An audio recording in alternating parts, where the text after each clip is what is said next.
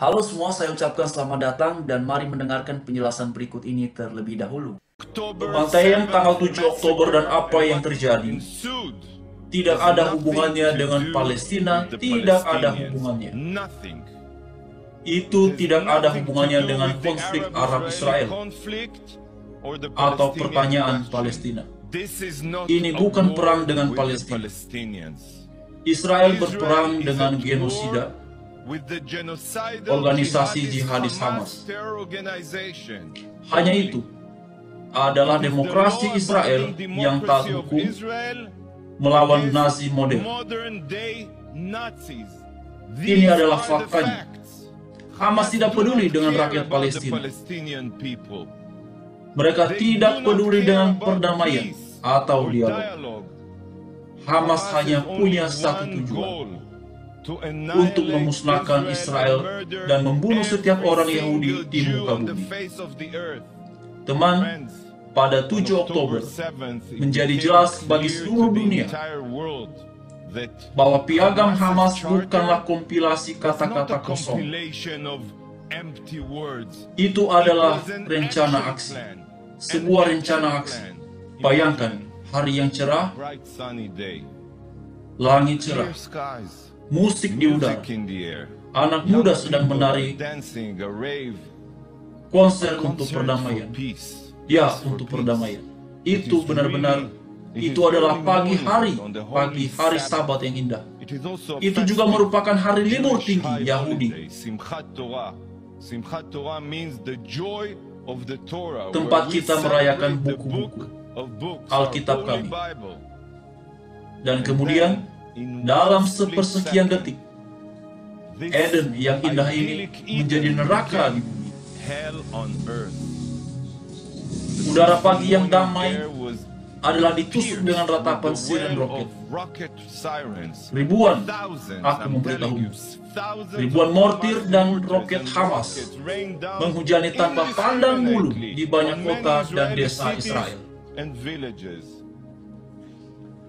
Tapi roket hanya menutupi untuk program yang diikuti. Barbaring teroris Hamas menyerbu Israel dari laut, tanah, dan udara. Mereka datang dengan satu tujuan saja, untuk membunuh dengan kejam setiap makhluk hidup yang mereka temui. Pembunuhan Hamas Nazi pergi dari rumah ke rumah dengan daftar hit list. Kemauan yang direncanakan dengan matang, serangan terencana. Mereka secara brutal membunuh warga sipil di tempat tidur mereka. Mereka mengendarai truk pick-up dengan senapan mesinnya. Kamu akan ingat seperti ISIS dan menembak membabi buta di ratusan anak muda di sebuah konser. 300 were burned alive or butchered in that concert. Banyak dari apa yang tersisa adalah gumpalan daging. Orang tua harus membawa sikat gigi anak-anak mereka untuk dia, sehingga mereka bisa mencari tahu anggota. Monster Hamas ini memperkosa wanita dan anak-anak, mengajak gadis, dan tubuh yang mereka lawan melalui jalan-jalan Gaza. Why thousands, and I'm telling you, thousands, you can see the footage, jeered and cheered. The savages tortured small babies. Just like the Nazis, Hamas terrorists removed infants from their cribs. Yes. Kami memiliki videonya, mengayunkannya berulang kali ke tanah sampai bekas luka mereka menjadi bubuk. Anak-anak dibantai di depan orang tua mereka, dan orang tua di depan anak-anaknya. Saya telah melihat video teroris Hamas yang difilmkan oleh dirinya sendiri yang melemparkan granat ke tempat perlindungan dengan seorang anak dan dua anak laki-laki.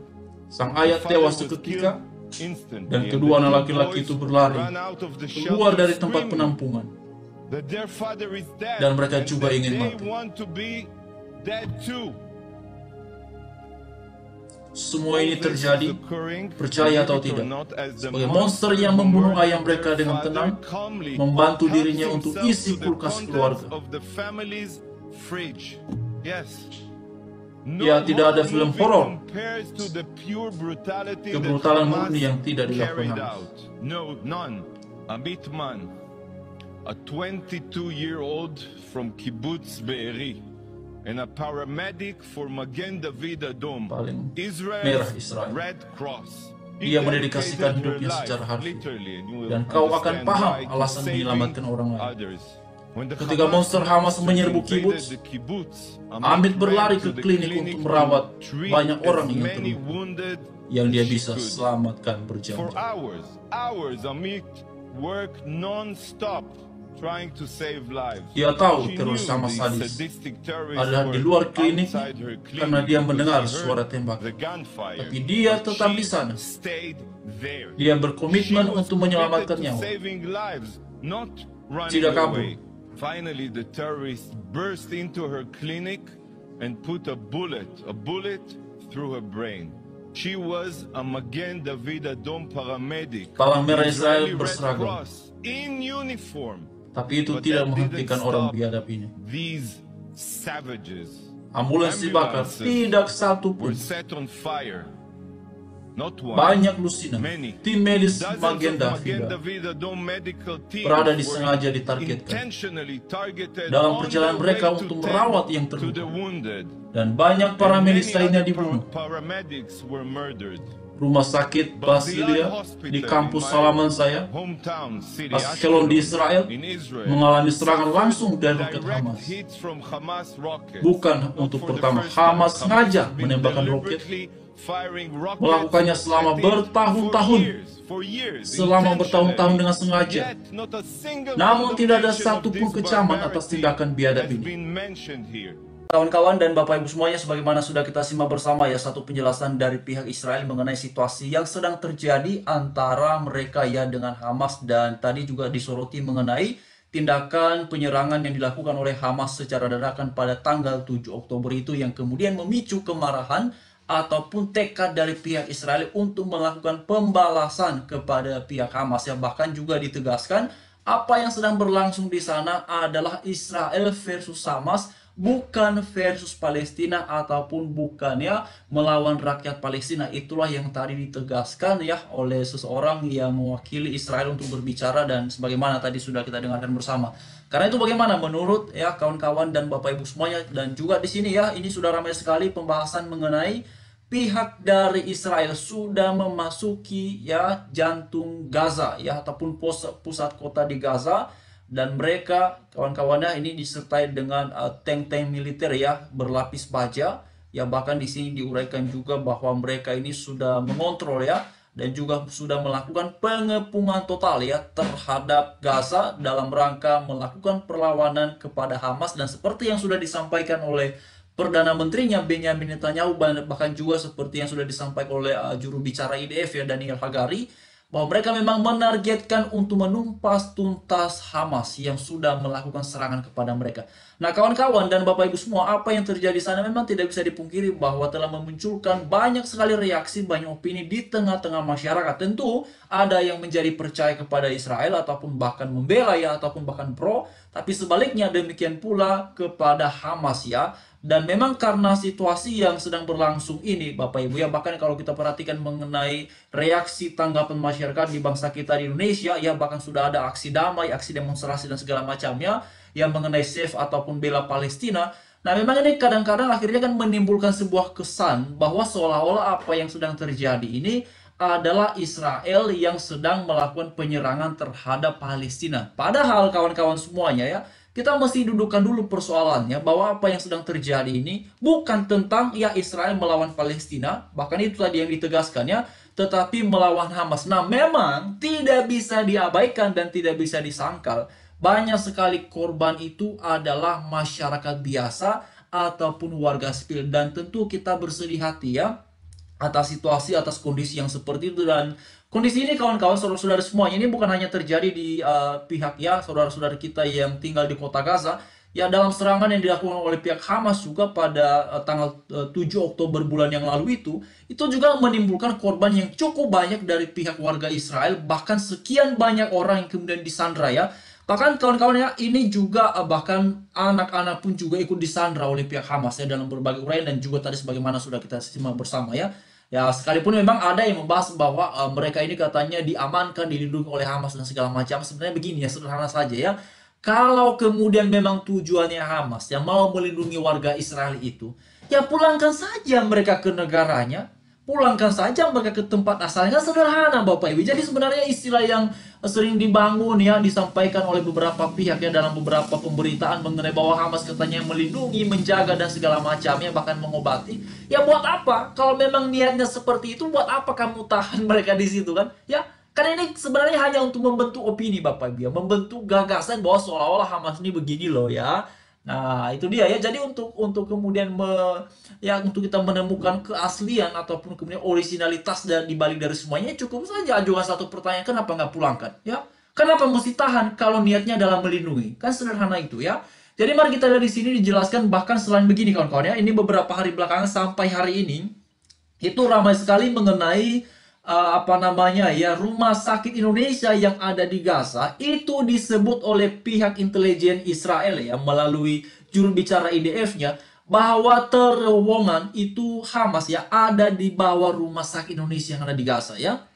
Jadi memang Bapak Ibu semua, ini telah memunculkan banyak sekali informasi ya yang kemudian beredar bertebaran di media sosial. Dan mari kita lihat di sini juga, di sini 10 fakta Israel memburu Hamas di terowongan setelah memasuki jantung kota Gaza. Nah ini Bapak Ibu, jadi memang sudah banyak ya ulasan-ulasan yang disampaikan ya terkait dengan Israel sudah memasuki ya pusat kota Gaza Bapak Ibu ya.